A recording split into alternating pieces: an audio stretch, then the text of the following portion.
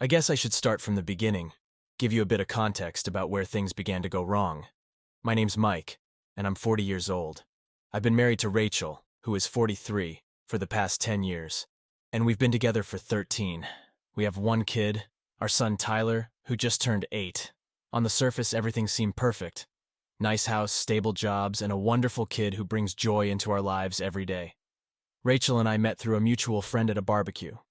She was smart, funny, and had this way of making everyone around her feel special. We hit it off immediately and started dating soon after. We got married 3 years later and settled into what I thought was a comfortable, loving relationship. Lately, though, things have felt off. It started subtly. A missed kiss goodbye in the morning, less eye contact over dinner, more nights where she'd come home late from work.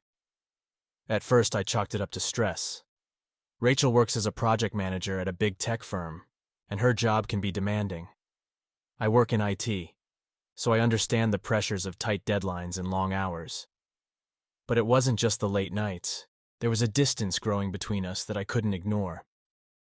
One evening, Rachel mentioned she was going out to buy some things for the house. She said she was meeting up with a friend from work, someone named John. I found it odd, because she usually hated running errands, especially after a long day at work. But I didn't question it too much. Everyone needs a break now and then, right? That night, she took extra care getting ready. She spent a long time doing her hair and makeup, and when she thought I wasn't looking, I noticed she put on some of her sexiest lingerie, ones she usually reserved for special occasions between us. My gut churned, but I didn't want to jump to conclusions. Maybe she just wanted to feel good about herself.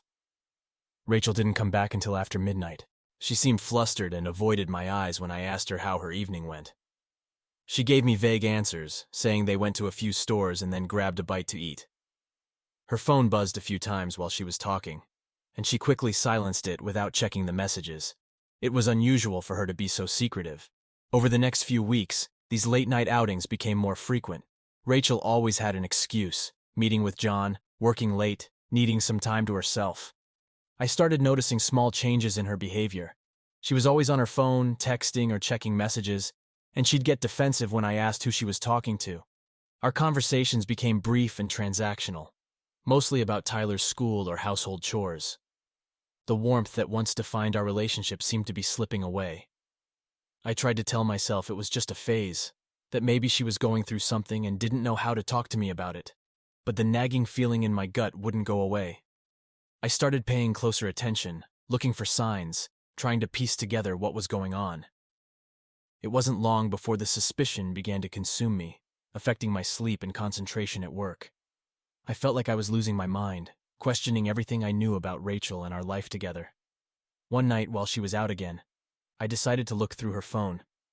I knew it was an invasion of privacy, but I couldn't shake the feeling that something was seriously wrong. Unfortunately, she had become very diligent about deleting her messages and call logs. There was nothing there that could give me any clues. The final straw came when Rachel mentioned she didn't want to be married anymore. She said it wasn't because of me, but she needed some space to figure things out. That statement hit me like a ton of bricks. How could it not be about me? We were married, for crying out loud. If she needed space, why couldn't we figure it out together? Now here I am, trying to make sense of everything, trying to figure out if I'm just paranoid or if there's something more sinister going on. I love Rachel, and I don't want to believe she could betray me. But the signs are there, and I can't ignore them anymore. I have to find out the truth, no matter how much it hurts. The tension had been mounting for weeks. Rachel's mysterious outings, her late-night returns, and the emotional distance between us had left me in a constant state of unease. I needed answers, and I was determined to get them. One Thursday evening, Rachel announced she was going out again, claiming she needed to pick up some supplies for the house. She mentioned she was meeting John again. My suspicion flared. This time I decided I couldn't just sit at home and wonder. I had to follow her. After she left, I waited a few minutes and then grabbed my keys. I told Tyler I had to run an errand and would be back soon. I followed Rachel's car at a safe distance, my heart pounding in my chest. She drove across town to a more secluded upscale neighborhood, parking outside a nice house. I watched as she walked up to the door, and John greeted her with a hug that lingered too long to be purely friendly. They went inside, and the door closed behind them. I parked a few houses down and sat there, my mind racing with possibilities. I waited for what felt like an eternity, contemplating what to do next. Then, impulsively, I decided to approach the house. I had to know what was going on. Quietly, I crept around to the side of the house and found a window with the blinds slightly ajar. I peered inside and saw Rachel and John in the living room, wrapped up in each other. They were kissing passionately, and it was clear this wasn't the first time. My heart shattered as I watched them move to the couch, their intentions unmistakable. I felt a surge of anger and heartbreak, but I couldn't tear my eyes away. As they began to undress each other, I realized I couldn't stand there and witness any more. I needed to confront them, but I also needed to keep a clear head. I backed away from the window, trying to steady my breathing. As I was about to leave, I heard a loud crash from inside the house. My curiosity got the better of me, and I crept back to the window. John was on the floor, clutching his leg and writhing in pain. Rachel was frantically trying to help him, her face a mix of panic and guilt. It seemed he had slipped and fallen off the couch, and judging by his agonized expression, it looked serious. I saw my chance. I walked up to the front door and rang the bell. A few moments later, Rachel opened the door, her eyes wide with shock and fear when she saw me. "Mike, what are you doing here?" she stammered. "I could ask you the same thing," I replied, my voice cold. I pushed past her and into the living room, where John was still on the floor, groaning in pain. Rachel tried to explain, but her words were jumbled and incoherent. "It's not what it looks like," she began, but I cut her off. "Save it, Rachel," I snapped. "I saw everything, you and John, right here in his house." John tried to get up, but his leg gave out and he collapsed back onto the floor. "I think it's broken," he gasped. I looked at Rachel, who was now crying. "What have you done, Rachel?" I asked, my voice trembling with a mix of anger and sorrow. She couldn't meet my gaze. "I'm so sorry, Mike. I didn't mean for this to happen. It just did." I felt a wave of nausea wash over me. The woman I loved, the mother of my child, had betrayed me in the most intimate way possible.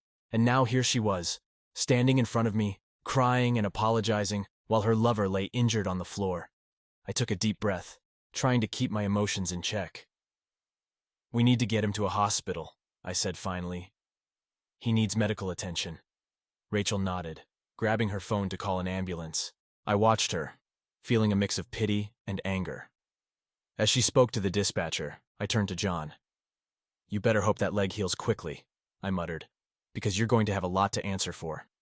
The ambulance arrived shortly after, and paramedics helped John onto a stretcher. Rachel tried to stay by his side, but I pulled her back. "Let them do their job," I said sternly. She looked at me, tears streaming down her face. "Mike, please. I know I've made a terrible mistake, but can we talk about this? Can we try to fix it?" I shook my head, feeling a surge of anger and betrayal. "I don't know, Rachel. I don't know if this is something we can come back from." As the ambulance drove away, I stood there with Rachel, both of us silent and lost in our own thoughts. The gravity of the situation hung heavy in the air, and I knew our lives would never be the same. We drove home in complete silence. Rachel had offered to stay at the hospital with John, but I insisted we leave. My mind was a whirlwind of emotions, anger, betrayal, sorrow, but I knew I needed to confront her properly. We couldn't hide from this any longer. When we got home, I asked Rachel to sit down at the kitchen table. I wanted to keep things calm for Tyler's sake. He was upstairs playing, oblivious to the storm brewing downstairs. Rachel sat down hesitantly, her face pale and tear-streaked. I could see the guilt and fear in her eyes, but that did nothing to soften the rage building inside me. "Mike, please let me explain," she started, her voice trembling. I held up my hand to stop her. "Explain what, Rachel? How you lied to me for weeks? How you betrayed our marriage? How you slept with another man?" My voice was shaking with the effort to keep my composure. Rachel burst into tears, her sobs racking her body. "I'm so sorry, Mike. It wasn't supposed to happen. John and he was just a friend at first, but then things got out of hand. I didn't mean for it to go this far." "You didn't mean for it to go this far?" I repeated, my voice rising. "Do you have any idea what you've done to us? To our family?" She wiped her tears, trying to gather herself. "I was lonely, Mike. You've been so busy with work, with Tyler, I felt like we were drifting apart. John was there for me. He listened to me. I know it was wrong, but I was weak." I slammed my hand on the table, making her jump. "Weak? You think that excuses what you did? We could have worked on things, Rachel. We could have talked, gone to counseling. Instead, you chose to cheat on me. Rachel's sobs intensified. I know. I've made a terrible mistake. I don't know what I was thinking. I love you, Mike. I don't want to lose you. I took a deep breath, trying to steady my voice. Do you even know what love means, Rachel? Because love doesn't do what you did. Love doesn't lie and sneak around. Love doesn't break someone's heart like this. She reached out to touch my hand, but I pulled away. Please, Mike. I'll do anything to fix this. I'll go to counseling.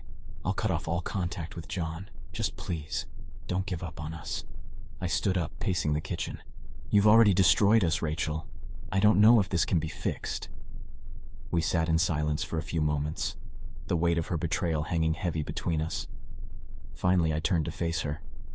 You need to tell me everything. I need to know the whole truth. Rachel nodded, taking a shaky breath. It started a few months ago. John and I were working on a project together. We spent a lot of time talking, getting to know each other. He was going through a rough time with his divorce, and I felt sorry for him. We started meeting up outside of work, just as friends at first. But then what? I prompted, my voice cold. Then things got physical, she admitted, her voice barely a whisper. I didn't plan for it to happen. It just did. The first time I told myself it was a mistake, that it would never happen again. But it did. It kept happening, and I couldn't stop. I felt a fresh wave of anger and disgust. How many times, Rachel? How many times did you betray me? She looked down at her hands, ashamed. I don't know. 5, maybe 6 times. I lost count. The sheer number of her infidelities hit me like a punch to the gut. And you never thought to come to me? To talk to me about how you were feeling? I was scared, she admitted.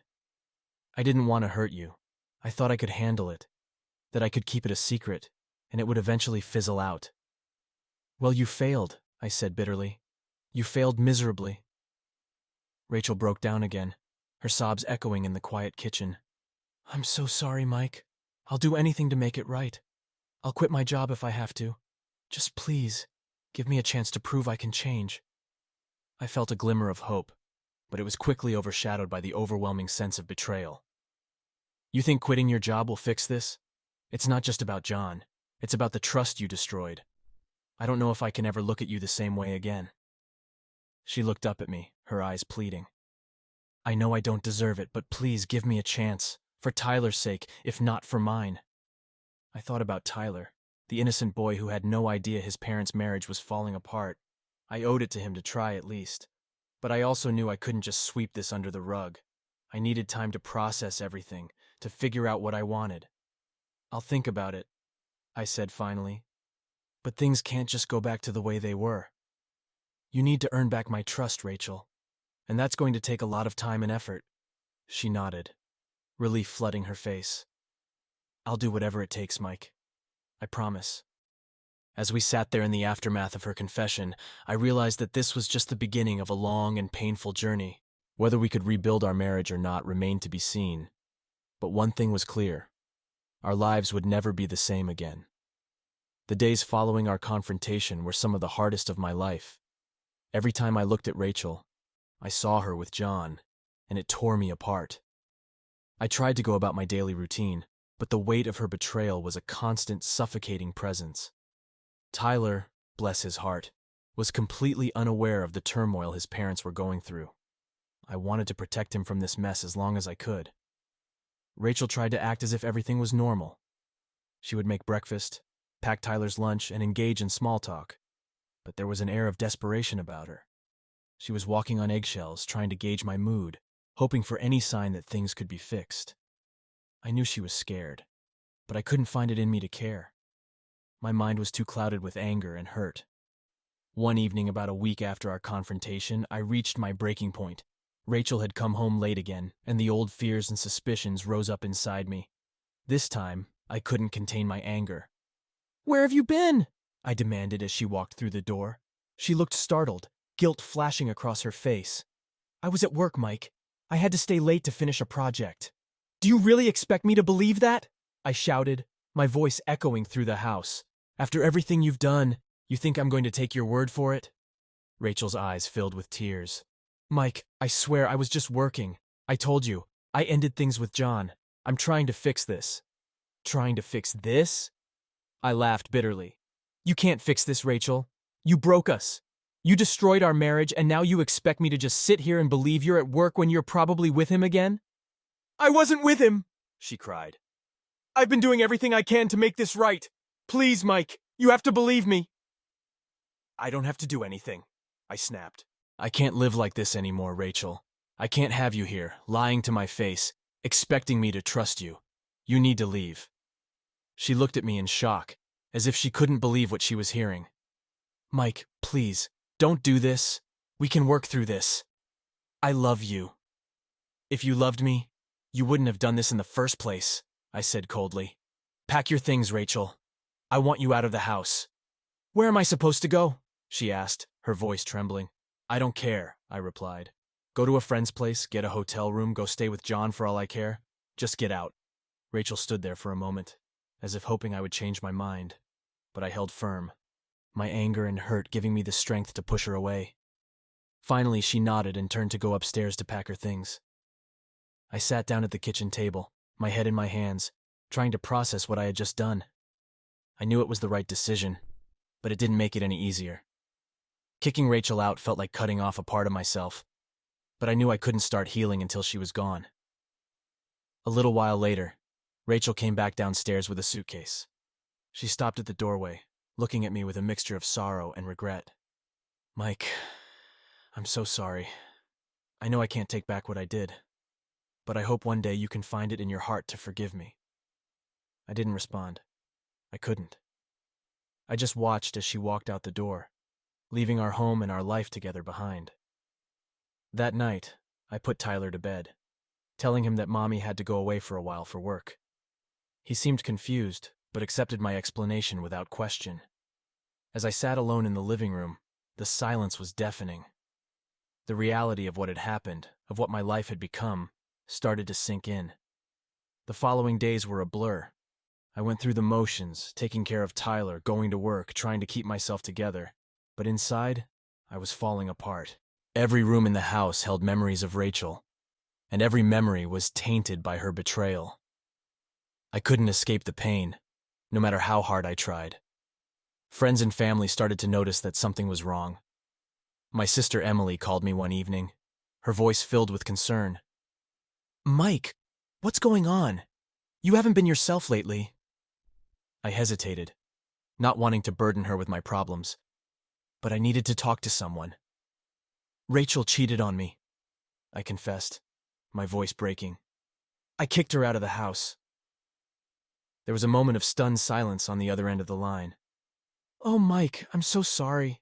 I can't believe she would do that to you. Neither can I said bitterly. I don't know what to do, Emily. I feel like my whole world has been turned upside down. You need to take care of yourself, she said gently. And Tyler, you both need to heal. Have you thought about seeing a counselor? It might help to talk to someone professional. I don't know, I admitted. Maybe. Right now I just need to get through each day.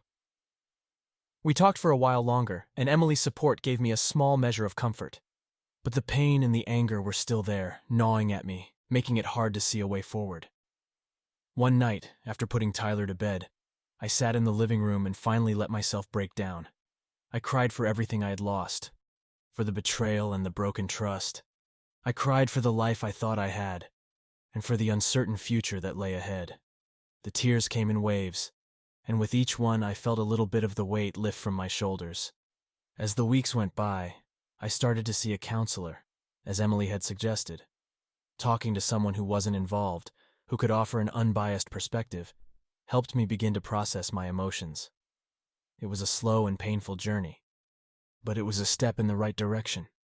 Rachel tried to reach out a few times, sending messages and leaving voicemails, but I ignored them. I needed space to heal, and I couldn't do that with her presence looming over me. I knew we would have to talk eventually, for Tyler's sake, but I wasn't ready yet. The house felt empty without Rachel, but it also felt like a place where I could start to rebuild my life.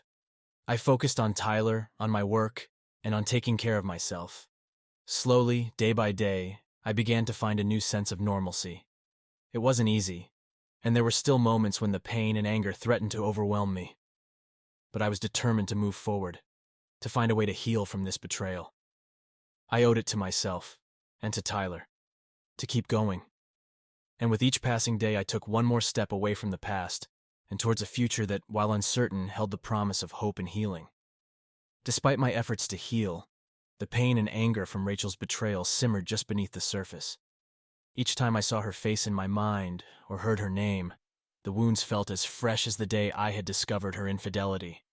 I knew that holding on to this rage was unhealthy, but part of me wanted her to feel the same depth of pain that I was experiencing. One evening, while I was cleaning up after dinner, I received a text from an old friend, Mark. He had heard about what had happened and wanted to catch up. Mark and I had been close in college, but had lost touch over the years. We arranged to meet up for drinks the following weekend. As I sat across from Mark at the bar, he listened intently as I recounted everything that had happened with Rachel. His expression was a mix of sympathy and anger on my behalf. "Man, that's tough," he said, shaking his head. "I can't believe she did that to you." "Yeah, it's been rough," I admitted, taking a sip of my beer. "I just don't know how to move past it. The anger, it's always there." Mark leaned in, his eyes gleaming with a hint of mischief. "You know, Mike, sometimes the best way to deal with someone who's hurt you is to make them pay. Give them a taste of their own medicine." I raised an eyebrow. "What do you mean?" Mark smirked. "I'm talking about revenge. Make her feel the same pain she's caused you.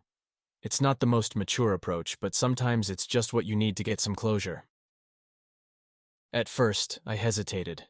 Revenge seemed petty, beneath me. But as the night wore on and the drinks flowed, Mark's words began to take root. By the end of the evening, I had a plan, one that would ensure Rachel felt the full weight of her betrayal. Over the next few days, I started gathering information. Rachel had been careful to cover her tracks with John, but there were other ways to dig up dirt. I reached out to mutual friends, subtly probing for details about Rachel's behavior and any potential secrets she might be hiding.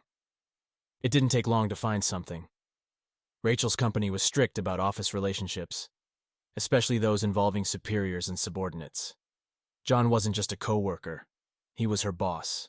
Their affair, if exposed, could lead to serious repercussions for both of them. Armed with this knowledge, I devised a plan to bring their actions to light. I started by creating an anonymous email account. Using this account, I drafted a message to Rachel's HR department, detailing her affair with John and including all the evidence I had gathered. I attached photos, screenshots of text messages, and a timeline of their meetings.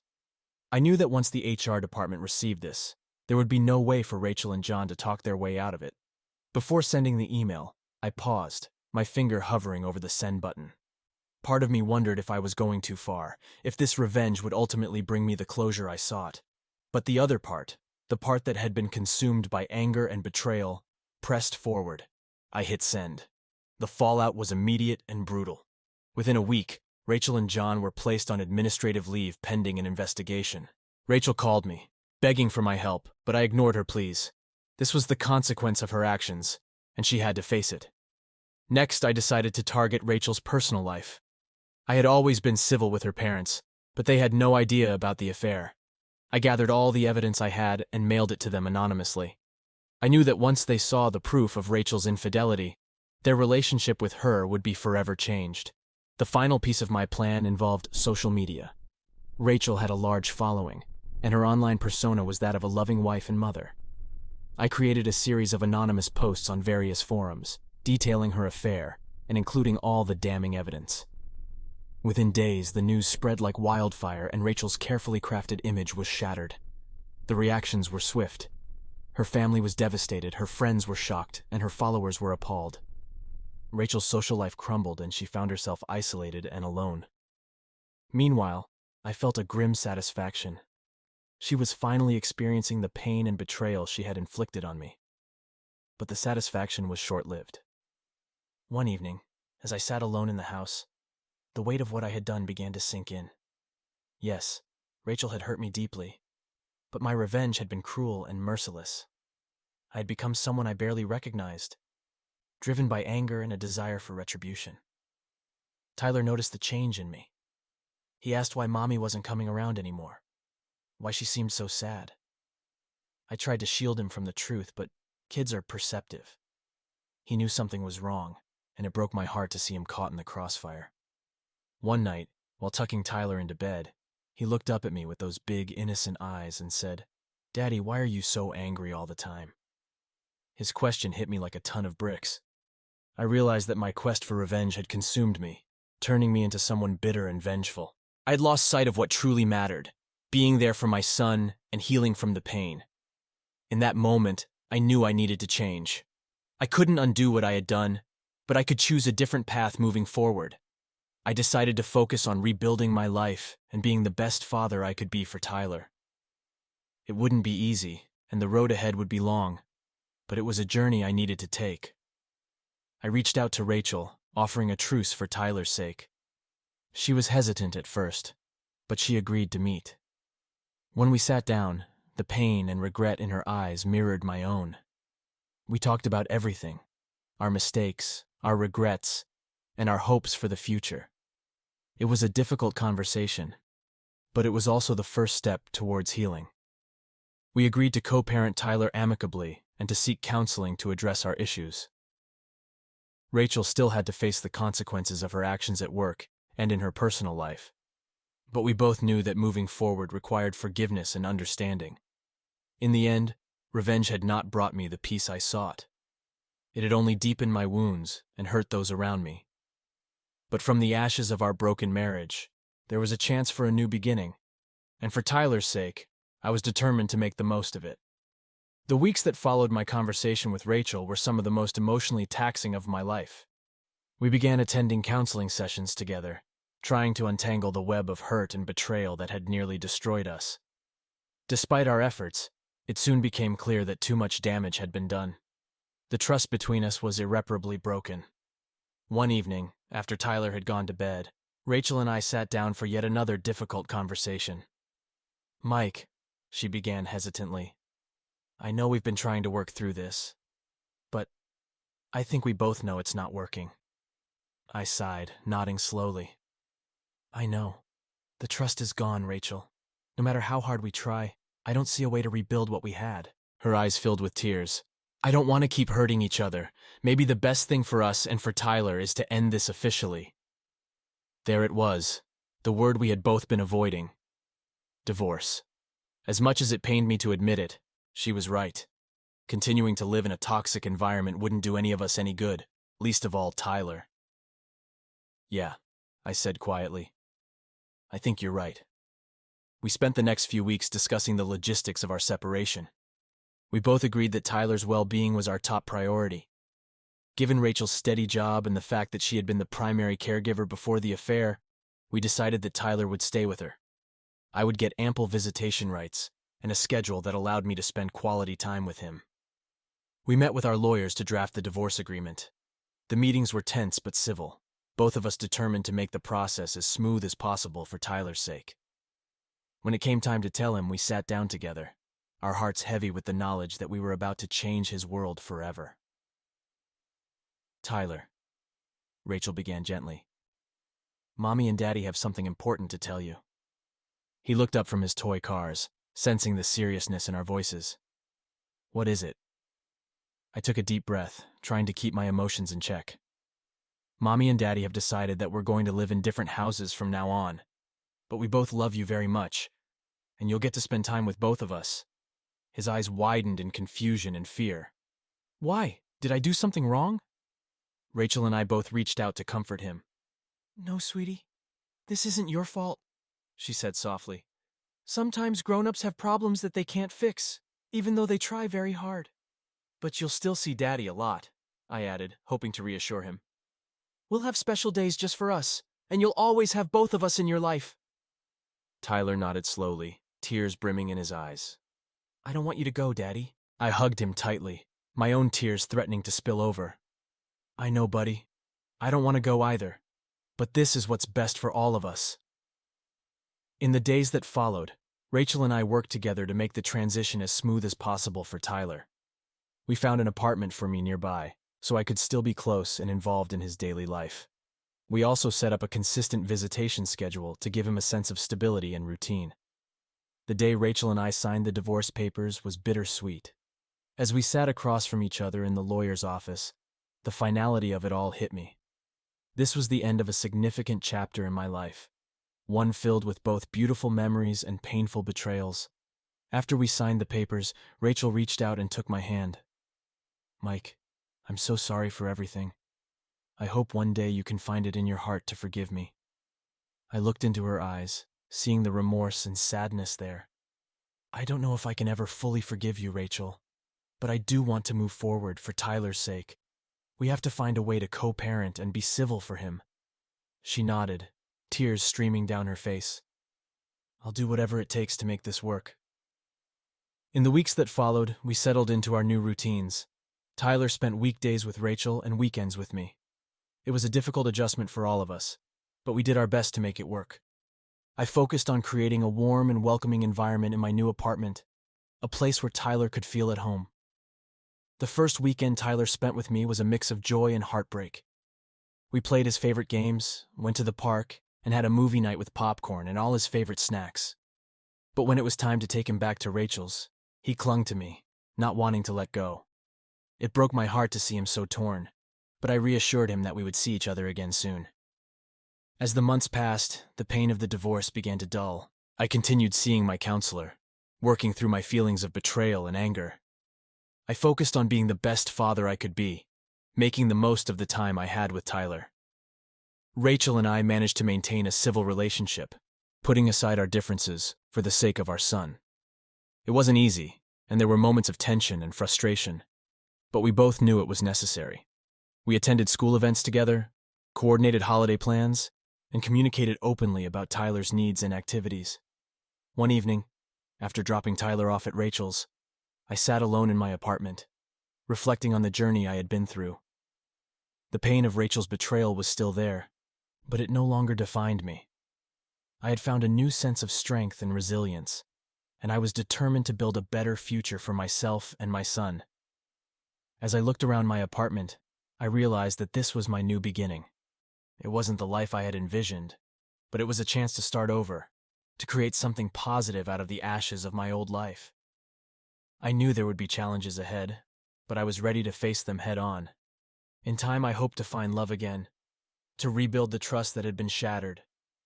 But for now, my focus was on healing, on being there for Tyler, and on finding my own path forward.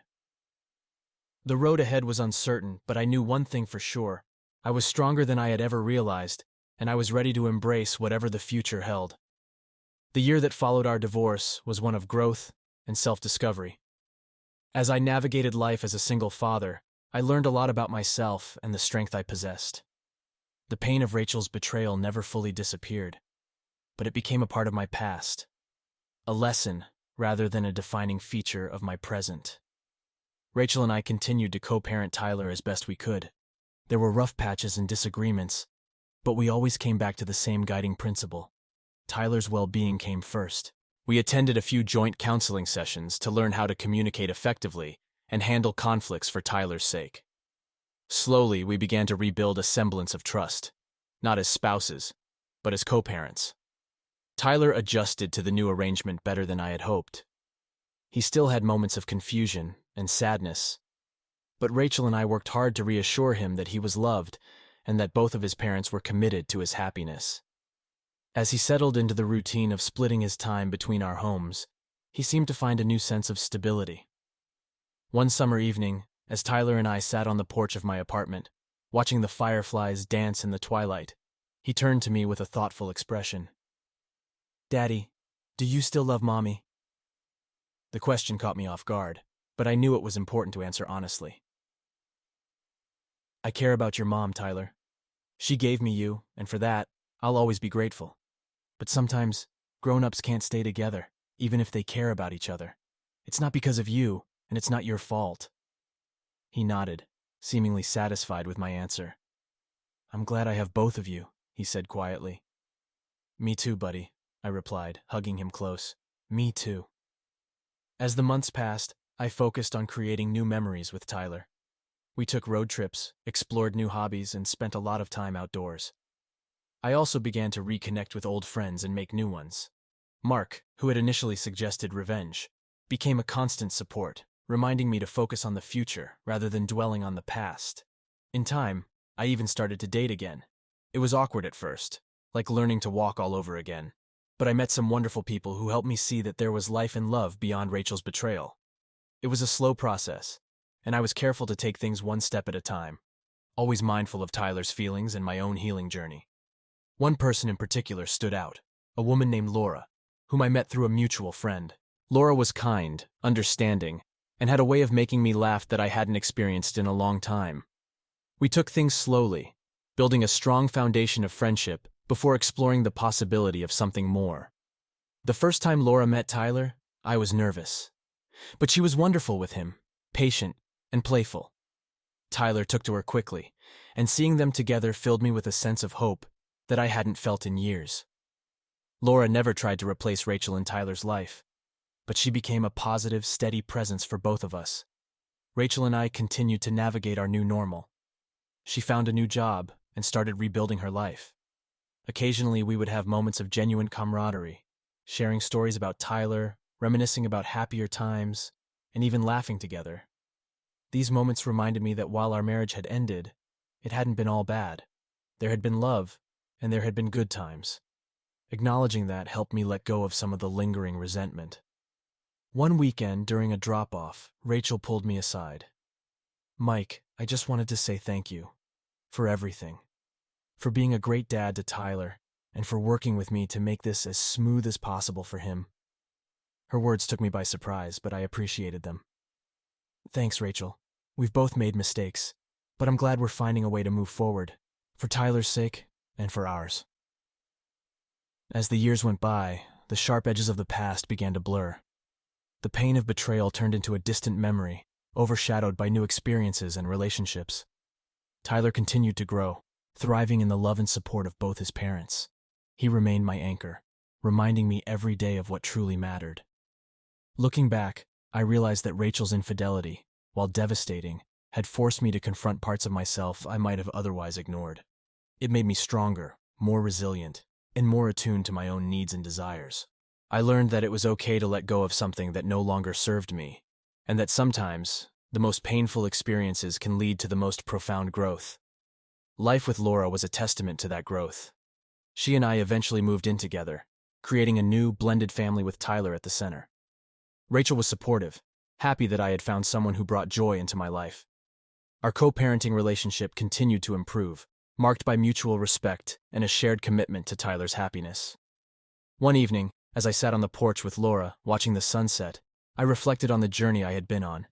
From the depths of betrayal and heartache to the heights of new love and hope, it had been a long and winding road, but I had come out the other side stronger and more fulfilled than I ever thought possible. "What's on your mind?" Laura asked, her hand slipping into mine. I smiled, squeezing her hand gently. "Just thinking about how far we've come, how far I've come.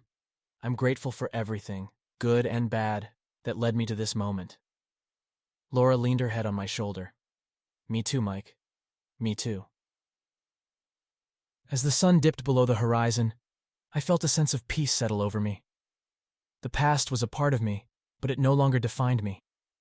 I had learned to let go, to forgive, and to move forward. And in doing so, I had found a new beginning, a new love, a new family, and a new sense of purpose. Life would always have its challenges, but I knew that with the support of those I loved and the strength I had discovered within myself, I could face anything. The future was bright, and I was ready to embrace it with open arms.